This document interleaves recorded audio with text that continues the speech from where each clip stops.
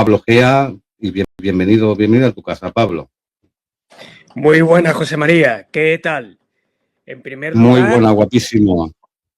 en primer lugar, como no puede ser de otra manera, quisiera comenzar dando mi más sentida condolencia y evidentemente apoyo a las víctimas de este espanto, ¿no? Porque no cabe calificarlo de otra forma.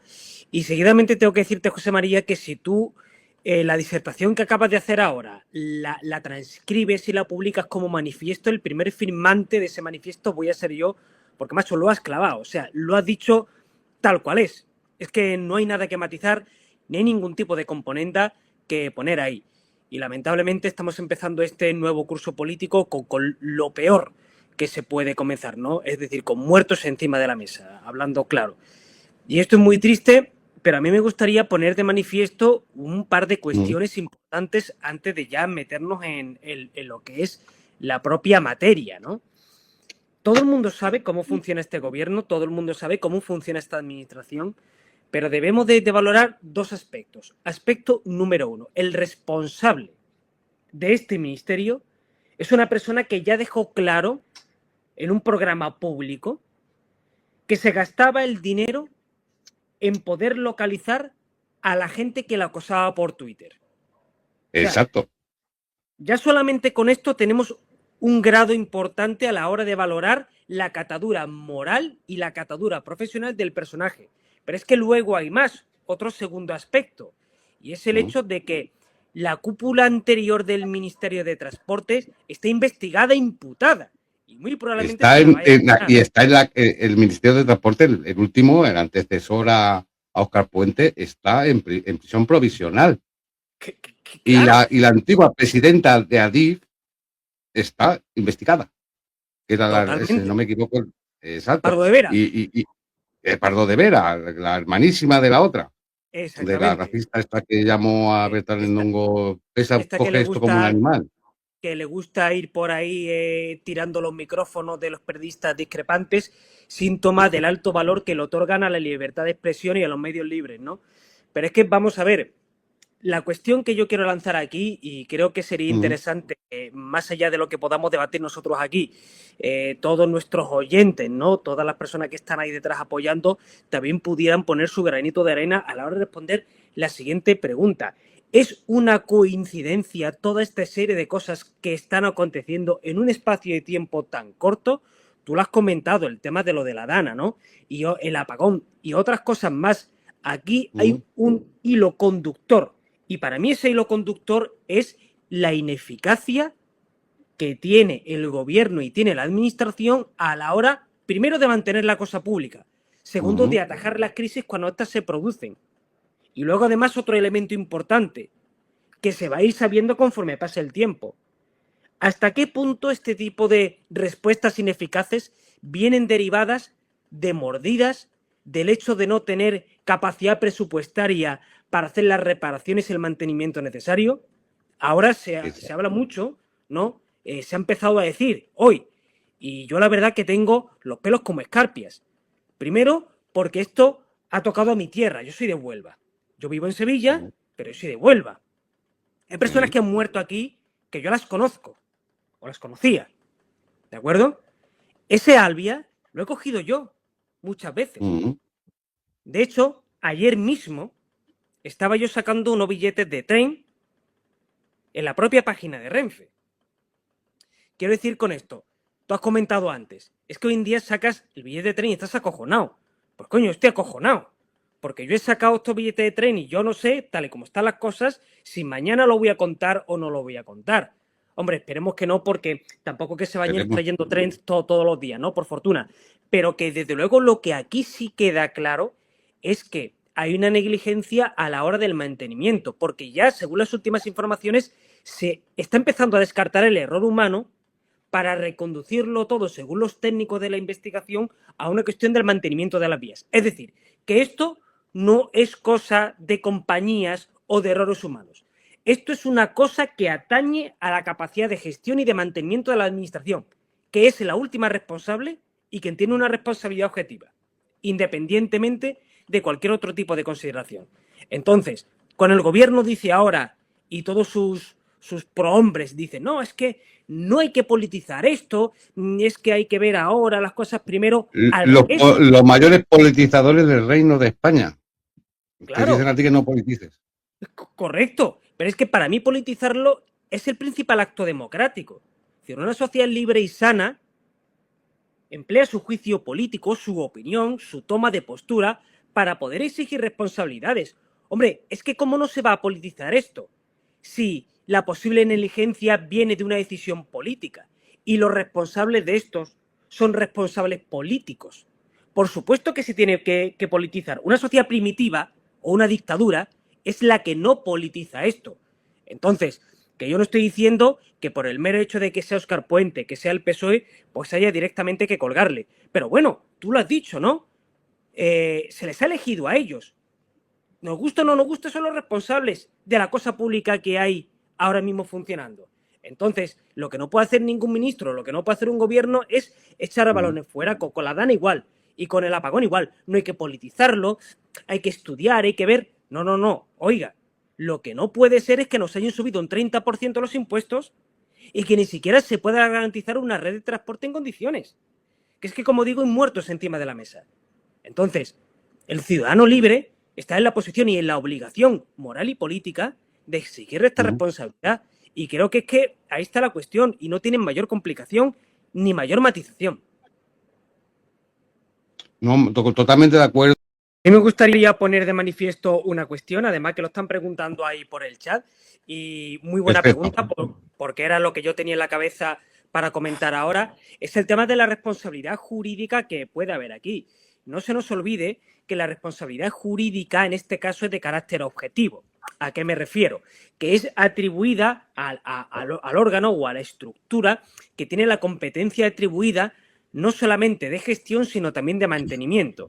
Es decir, en este tipo de cuestiones la responsabilidad no se atribuye como se le puede atribuir, por ejemplo, a alguien que comete otro tipo de irregularidad o de delito, ¿no? Es decir, que sea un criterio imputable a la intencionalidad, sino aquí hablamos muchas veces de culpa in vigilando, que es un latinajo que se emplea para definir esa responsabilidad no solamente de la persona que tiene atribuida la competencia para gestionar, sino quien tiene la competencia para supervisar que todo funcione adecuadamente. Y esto lo comento al hilo de lo que habéis comentado anteriormente, que habéis dado completamente en el clavo, porque es que realmente es esto. O sea, pues, que los árboles no nos impida ver el bosque y vamos a ir a lo que nos interesa. Y es el asunto de que es la propia idiosincrasia que tenemos en este país y de nuestra clase política. Nuestra clase política es la nueva aristocracia y esta nueva aristocracia, ¿qué es lo que hace? Aupa puestos de responsabilidad y nombra gestores y nombra responsables no en base a su capacidad técnica ni a su currículum, sino en base a la fidelidad política. Pues ¿qué es lo que sucede? Que se tienen personas mediocres o burócratas o agentes políticos que no saben gestionar, no saben supervisar y no saben mantener. Entonces, pues de aquellos barros, estos lodos. ¿Ha pasado esto aquí ahora? No lo sé, pero teniendo en cuenta el perfil del ministro que tenemos, el perfil del gobierno que tenemos y lo que hemos comentado anteriormente de que la cúpula anterior del Ministerio de Transportes está prácticamente en su totalidad imputada por corrupción, pues creo que algo de eso puede haber. Y esto no es una especulación, sino nos basamos en el hecho que también lo acabáis de comentar y los medios lo han dicho. Y además a lo largo del día ha habido profesionales del gremio que se han puesto en contacto conmigo y así me lo han hecho saber, de que quienes están ahí ya se han procurado por hacerles saber a sus superiores, al gobierno y a las administraciones el estado de mantenimiento de las vías, la necesidad de que en determinados tramos los trenes tuviesen que rebajar su velocidad y, en definitiva, una sensación de abandono generalizada y de problemas. Entonces, claro, el responsable siempre puede decir, si yo no tenía conocimiento de que esto estaba sucediendo, de alguna forma puedo ganar el relato. Pero cuando estamos hablando de que los profesionales a pie de calle, que están ahí todos los días, ya se habían procurado de informar de eso a sus superiores, que no se hubieran tomado las medidas adecuadas es totalmente inexplicable. Eso se llama negligencia a nivel político y a nivel jurídico. Y no se nos olvide que hablamos de un ministro que este verano estaba alardeando de manera muy cacareada que estamos casi en la edad de oro del transporte ferroviario español. O sea, es que ¿cómo se quejan los usuarios?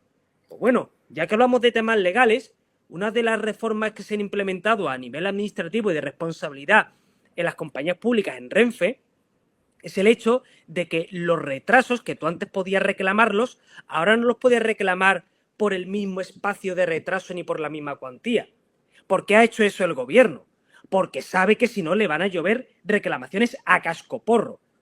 Y parecería una tontería o algo hilarante si no fuera por el hecho de que es un reconocimiento implícito de su propia incompetencia. Es decir, cuando tú limitas la capacidad para reclamar, es que estás asumiendo que realmente hay algo que no haces bien. Entonces, ¿qué es lo que yo creo que ha pasado aquí? Al margen de lo que digan los técnicos y demás, que en definitiva yo soy abogado, yo no soy técnico ferroviario, con lo cual no estoy en posesión de la verdad en eso. Pero lo que sí que creo que va a acabar concluyéndose con el paso del tiempo es que alguna suerte de negligencia ha tenido que haber con respecto al mantenimiento del estado de la cosa pública, es decir, al mantenimiento y a la gestión.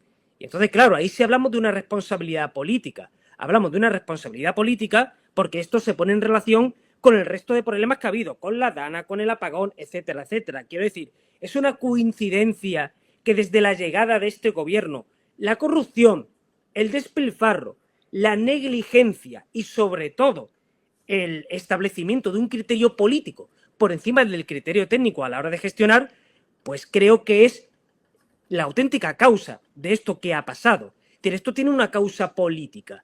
Por eso yo estoy a favor de politizar esto. No, no en el sentido del y tú más y echarle porquería y mierda, con perdón de la expresión, a otro, sino de depurar las responsabilidades políticas, hombre, que estamos hablando de 40 cadáveres que se están enfriando literalmente la morgue. Aquí hemos hablado del tema estructural y vamos, no quito una sola coma a lo que habéis dicho porque además yo como usuario yo utilizo mucho el tren tanto de Huelva como para Madrid como de Sevilla para Madrid y viceversa, ¿no? Entonces yo la verdad, lo comentaba antes al principio, yo tengo los pelos como escarpias con este asunto porque digo, hostia, es que podría haber sido yo, viaje arriba o viaje abajo, podría haber sido yo el que no lo contara, ¿no? Lo demás que conozco a gente en Huelva, de los que han fallecido, los conozco a algunos, y la verdad que es algo que te estremece humanamente. Pero además el debate, dicho lo cual, ha ido muy fluido porque hemos tratado la cuestión estructural que ha podido motivar esto y a mí me gustaría concentrarme en la consecuencia política. Aquello de lo que no quiere el gobierno que hablemos, que me parece, es que me parece fundamental. Porque es que desde el primer momento, y es que yo lo he visto tanto en redes como compañeros y amigos que son afines al gobierno, que lo primero que han dicho es eso, no, es que no hay que politizar, o sea, yo lo he repetido todo el rato y lo voy a seguir diciendo, es que sí hay que politizarlo, pero es que politizarlo no en el mal sentido, sino en el sentido de exigir esa responsabilidad. Y exigir esa responsabilidad por parte de una movilización política, se acaba de comentar ahora, es que no sirve de nada lo que digamos aquí, o sea, nos puede quedar súper redonda la tertulia, hablar de lo humano y de lo divino. Pero, joder, si la gente no sale a la calle a exigir esa responsabilidad política, lo que hablemos aquí cuatro gurús no sirve de nada. O sea, lamentablemente esta es la realidad. No sirve de nada. La gente tiene que salir a la calle. Y la gente tiene que salir a la calle también de la mano de sus formaciones políticas y de la mano de la oposición. ¿A qué me estoy refiriendo? Que aquí ahora se hace el chantaje del relato político. El chantaje es el siguiente. El gobierno, lo primero que ha hecho el gobierno, lo primero que ha hecho el equipo del ministro, antes de destinar un solo euro a la ayuda de las víctimas, es poner a todos sus asesores de comunicación a elaborar un relato político que puede escupir a la prensa esa misma madrugada. Esa es la realidad. Porque es su prioridad, esta gente piensa en la política. Entonces, el relato de esta gente es lo siguiente. Ahora mismo no se sabe exactamente qué ha podido pasar, etcétera, etcétera. Hay que ayudar a las víctimas, tiene que haber lealtad institucional, tiene que haber lealtad entre los partidos políticos. Y el que empiece aquí a hablar de política y de responsabilidad política es que es un desgraciado, que piensa primero en echarle porquería al gobierno que en ayudar a la gente. Entonces, claro. No, pero es que tienes razón y quiero que continúes porque es que recordemos lo que pasó con un perro que se sacrificó porque tenía ébola, Excalibur, ¿os acordáis? Y casi se queman todas las calles. Y politizaron ellos, y politizaron por un animal, pobrecito el perro, que no estaba aquí, el que menos culpa tenía era el perro, pero es que no tienen derecho, ni tienen dignidad, ni tienen moral para poder decir a nadie lo que tienen que hacer. Es que no tienen. No, claro, cero completamente. O sea, como muestra un botón. Si Óscar Puente, en vez de ser un ministro del PSOE, fuese un ministro del PP o un ministro de Vox, vamos, lo hubieran sacado como a Godoy. Lo hubieran sacado como a Godoy y lo hubieran arrastrado por las calles. O sea, se hubiera liado la de Dios. Esa es la realidad. Pero pienso que la ciudadanía libre y que los partidos de la oposición, que tienen que hacer su oposición porque esa es su labor y para eso se les paga, tienen que sustraerse de ese relato y decir, no, oiga, usted no me venga contando ahora milongas. Yo tengo la obligación de exigir usted esa responsabilidad política. Y si poco a poco, conforme se van sabiendo las cosas, queda de manifiesto que esto es una cuestión que le compete a la esfera de influencia, de control del gobierno y del ministerio, pues coño, hay que exigirlo. Si es que lo acabáis de comentar vosotros y es que es verdad, por eso digo, no os quito una sola coma. O sea, no puede ser posible que estemos hablando de un gobierno y de unos ministros que durante la época de la pandemia, Ábalos, que además era ministro de Transportes, o sea, Ábalos era un tío que cuando fue al parador de Teruel, como no le convencía a las putas que había en Teruel, se las hizo traer de Valencia, pagadas con dinero público. Que a la gente esto se lo olvida. Entonces, es que es una, lo ha comentado Eric antes, y es verdad. O sea, es una y otra y otra y otra. O sea, es que es un escándalo detrás de otro. Adif era una de las empresas que más se llenaban de sobrinas de Ábalos. Claro, o sea, es que esa es la de vergüenza. Y cuando ya pasamos de la indignación justa que nos puede dar la corrupción, que nos puede provocar la corrupción, al hecho de que haya cadáveres, de que haya familia que tiene que enterrar a estas personas, pues hombre, uno llega a la conclusión desagradable de que la corrupción es homicida, de que la corrupción genera muertos. Y aquí los tenemos. Eso es una responsabilidad del gobierno. Yo no estoy diciendo que al ministro se le vaya a imputar por homicidio imprudente, ni mucho menos, ¿no? Pero que la responsabilidad política la tiene. Y esto no se concreta en el hecho de que dimita, sino esto se concreta en el hecho de que la gente tome una lectura adecuada de manos de qué tipo de personas estamos y salga a la calle y fuerce al gobierno a asumir esta responsabilidad. Porque si no, la próxima vez, en vez de ser 40 muertos, van a ser 80 o van a ser 100. No, pero... Es que creo que todo esto que estamos diciendo lo que viene a demostrar de manera fehaciente, partiendo del tópico, ¿no? Que se dice mucho. España no es una democracia, no quiere decir que es una dictadura, sino yo diría que España es una oclocracia, gobierno de la muchedumbre. Una timocracia, una timocracia, una timocracia. Que sería más abyecto todavía. Pero es que es verdad, lo que sucede ahora mismo con Óscar Puente, con el Ministerio de Transportes, con muchos otros ministerios, creo que deriva del nocivo hecho de que la ciudadanía no es para nada exigente con sus representantes políticos. No. Y eso parte también en gran parte de la idiosincrasia, por desgracia, que tiene este país, ¿no? En el que si tú eres honrado, si te esfuerzas y tal, pues en el fondo eres un gilipollas. Mientras que el que es un espabilado, el que conoce a tal, conoce a cual, utiliza triquiñuelas, utiliza, digamos, las rendijas del sistema para poder colarse, ese al final es el que consigue el éxito. Entonces, ¿qué modelo se le está dando a la juventud? ¿Qué modelo se le está dando a la gente? Pues dice, pues si eres una persona que te esfuerzas e intentas ir por el camino correcto, pues es posible que no consigas nada. Seas un pobre desgraciado. Mientras que si eres una persona que te saltan los cauces y en el fondo vas saltando, digamos, de corruptela en corruptela hasta llegar a un puesto superior, pues coño, al final te llevas el gato al agua. ¿Qué es lo que sucede? Pues al final ese es el tipo de gente que llega a los puestos de poder y a los puestos de responsabilidad. Por eso yo estoy de acuerdo con lo que decía José Manuel, de que es cierto que lo del tema de las prostitutas y todo esto es muy impresionante, pero creo que es paradigmático desde el punto de vista de que ya la incompetencia se ha convertido en desvergüenza. Ante la incompetencia de alguna forma se escondía porque se sabía... No, y continúa, Pablo, que quiero hacerte hincapié con el comentario de George de la Jota, bueno. Un besito a Tonos Ward y a Antonio Ramiro, lo que está diciendo, que es que no es incompetencia, es maldad, pero es que la maldad genera incompetencia. Es que está todo Sí, relacionado. son derivados, sí. Sí, es una cosa deriva a la otra porque un malo necesitan tontos para que le siga. Es que no Necesitan una persona competentes, mejor dicho, sí. Claro, que estoy de acuerdo. Y continúa, Pablo, que no quiero interrumpirte. Claro, no, pero lo que estoy diciendo es así, ¿no? Dice, si tienes a un malo y a 1 millón de estúpidos, pues que resulta que tendrás millones de malos, ¿no? Porque el malo puede convertir al rebaño. Y es lo que sucede. Entonces, yo sí creo que hay un elemento de intencionalidad, de dolo, de alevosía ahí. Quizás no por el hecho de querer hacer la conducta concretamente, pero sí por el hecho de tú saber que eres absolutamente negligente a la hora de gestionar tu negociado y te da exactamente igual. O sea, cuando a ti te da exactamente igual que hacer un adecuado mantenimiento de la vía pueda provocar un descarrilamiento y que haya muertos, entonces tú bueno no eres precisamente. Pero claro, creo que todo se puede engarzar ahí, en el hecho de que hoy en día, en el fondo, no existe una adecuada exigencia por parte de la gente respecto a sus representantes políticos. Y creo que hay que concentrarse ya no solamente en la administración, sino en los propios partidos políticos. Se habla del gobierno, pero hablo de los partidos políticos.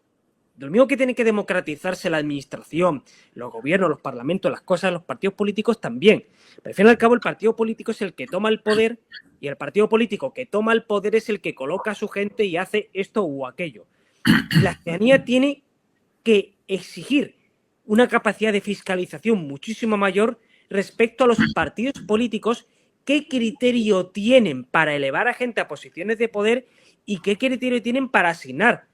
¿O es que acaso algunos de los que estamos aquí y los que nos están apoyando en el foro tienen un conocimiento y un control de a quién se nombra y bajo qué criterios? ¿Y cómo se examina la capacidad de acción de esta persona? Evidentemente no. O sea, no tenemos ni la más remota idea. Por eso creo que, aunque después de este asunto pudiera derivarse alguna responsabilidad legal, política hasta cierto punto, lamentablemente dentro de 3 meses, 6 meses o más tiempo, vamos a volver a estar en las mismas. Si no descarrilará un tren, se caerá un puente o pasará cualquier cosa. Pero si somos, en este sentido, una sociedad madura y lo utilizamos como un revulsivo para poder exigir muchísimo más a los políticos en la calle, mediante el voto, ahí sí. Si no es que, como digo, lamentablemente estos muertos no habrá servido para nada, porque es que llegarán más y la cosa va a ir a peor. Claro, pero es que ahí la izquierda lo que pasa, lo que ha dicho Eric es muy interesante, porque ahí yo creo que eso toca un tema fundamental, es el hecho de que es que la izquierda tiene mucho menos escrúpulos. O sea, no me estoy refiriendo al escrúpulo moral o al, digamos, el juicio simplón, de decir, el que tiene una ideología o tiene otra es bueno, es malo, sino a la forma de conducirse políticamente. En ese sentido, la izquierda siempre ha sido mucho más práctica que la derecha. La derecha muchas veces ha vivido en ensoñaciones de carácter espiritual y moralista que de alguna forma le ha supuesto un valladar a la hora de lanzarse a la actividad política pura y dura, porque la política, nos gusta o no, en muchos sentidos es una guerra. O sea, es jodido decirlo, no debería serlo en términos ideales, pero la realidad, es decir, describiendo lo que es actualmente, es una guerra. Es que la izquierda te convierte en guerra un debate. O una... Totalmente. Claro. O sea, pero es que ellos están haciendo la política como guerra 24/7. Por eso yo siempre lo he dicho, es decir, a mí el Partido Socialista me parece una formación política absolutamente nauseabunda, yo lo digo abiertamente, pero lo que sí que es cierto que es el mejor partido político a nivel organizativo de España. Su militancia está extraordinariamente motivada a nivel ideológico, están en todos sitios. Yo lo veo en mi quehacer político. Yo soy afiliado a Vox y yo lo veo aquí en Sevilla, lo veo en Huelva, lo veo allá donde hago política. Están en todas las asociaciones, en todos los grupos, en todas las verbenas, en todas las asociaciones de vecinos. Antes de que a ti se te haya ocurrido qué vas a decir, estos tíos ya han publicado 2000 tweets. O sea, es increíble. ¿Qué es lo que pasa? Es que son más listos, no es que sean más listos, sino que tienen una maquinaria mucho mejor engrasada. Y esto, por eso decía yo lo del tema de la oposición. No porque la oposición tenga que movilizarse per se, sino porque es que, como precisamente no sabe hacerlo de manera adecuada, pues corre el riesgo de no saber aprovechar el momento para poder hacer política cuando más necesaria es. O sea, yo es que no necesito ya que hagan política en mi día a día. Yo necesito que el partido que a mí me representa, o que entiendo yo que me representa, haga política ahora en un suceso traumático, cuando yo más necesito que mi representación política se haga efectiva y se haga visible. Porque si no, lo que va a suceder es que el gobierno, que es el que está ahora mismo, digamos, manejando los resortes de la comunicación, un gobierno de izquierdas, pues le va a ganar el relato. Y lo van a conseguir. Y como muestra un botón, ha pasado, por ejemplo, con el tema de lo de la Dana. O sea, al margen de repartir culpas, que no voy a entrar ahí, la forma en la que el Partido Socialista, después de que Pedro Sánchez dijese aquello tan infame de que si quieren ayuda que la pidan, que eso le podría haber costado la carrera política en un país normal a cualquier presidente, se las ingeniase de tal manera para darle la vuelta al relato político de tal forma que se exonerase absolutamente de su responsabilidad, que la tenía en parte, es algo acojonante. O sea, eso sí que es digno de estudio. Por eso, ahí la oposición tiene que quitarse, digamos, esa venda moral de los ojos y lanzarse a una actividad política pura y dura, que no significa que seas peor persona ni que seas malo, sino que este es el campo de batalla, este es, digamos, las normas que hay para disputar el partido y, tío, o las sabes utilizar o la van a utilizar por ti. Y ahora mismo yo creo que más allá del relato político hay unos elementos de carácter objetivo que le pueden servir a la oposición para poder atizar al gobierno y para exigir esa responsabilidad. Quiero decir que no es que se lo vaya a inventar, sino que está ahí y tiene datos y tiene elementos para poder hacerlo. Pablo, estoy totalmente de acuerdo y pasamos la palabra a José Manuel. Pablo, acabamos a lo que le pasa al PP en nada, porque es que realmente tampoco me merece mucho más, porque el diagnóstico del PP lo puede hacer hasta un mono con un lápiz, literalmente. Y es que el Partido Popular es un partido que no tiene ideología ninguna y está enormemente burocratizado. Es decir, es un partido político, es una máquina del poder. Es decir, su leitmotiv, su razón de existir, no es un proyecto de país, no es hacer un cambio, no es reformar nada. Lo cual no quiere decir que no haya gente dentro del PP que sí quiera eso. Pero la estructura de mando del Partido Popular es una estructura que solamente va a la gestión de la cosa pública, con mayor o menor fortuna, pero no tiene proyecto de país ninguno. Es un partido político, como le han sucedido a partidos liberales conservadores, incluso liberales no conservadores o demócratas cristianos o social cristianos, que ha asumido el marco discursivo de la izquierda. Entonces, ha comprado su mercancía ideológica. Y aquí además sucede otra cosa, que el Partido Popular tiene un complejo enorme que no consigue despegarse del zapato con el tema del franquismo.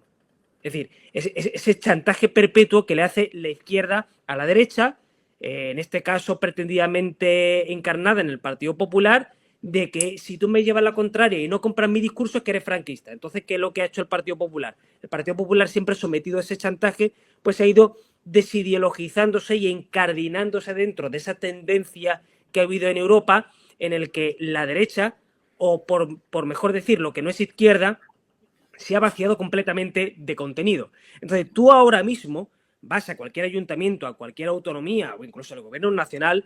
¿Qué hizo Rajoy? Rajoy no hizo absolutamente nada. Es que uno lee el programa político del Partido Popular en cualquier autonomía, da igual, con mayor o menor matiz de intensidad, pero es el programa político del Partido Popular. O sea, el tema de la ideología de género, el tema de la inmigración, el tema de las políticas verdes. Joder, si es que los populares europeos han votado a favor del Mercosur, que lo hablamos aquí al principio, es decir, ese auténtico atropello al campo, precisamente aquí en Andalucía, de donde yo soy oriundo. Eso lo han votado también los populares, lo ha votado la teórica derecha. Entonces, eso es lo que le sucede al Partido Popular, ni más ni menos. Con lo cual, si el Partido Popular gana unas elecciones en solitario y gobierna como le place, no va a cambiar nada. No va a cambiar nada porque la estructura del Estado la sigue controlando el PSOE. Es decir, el auténtico partido de Estado es el Partido Socialista. Por eso yo estoy de acuerdo con lo que ha dicho José Manuel, que para que aquí haya un cambio el PSOE tiene que desaparecer.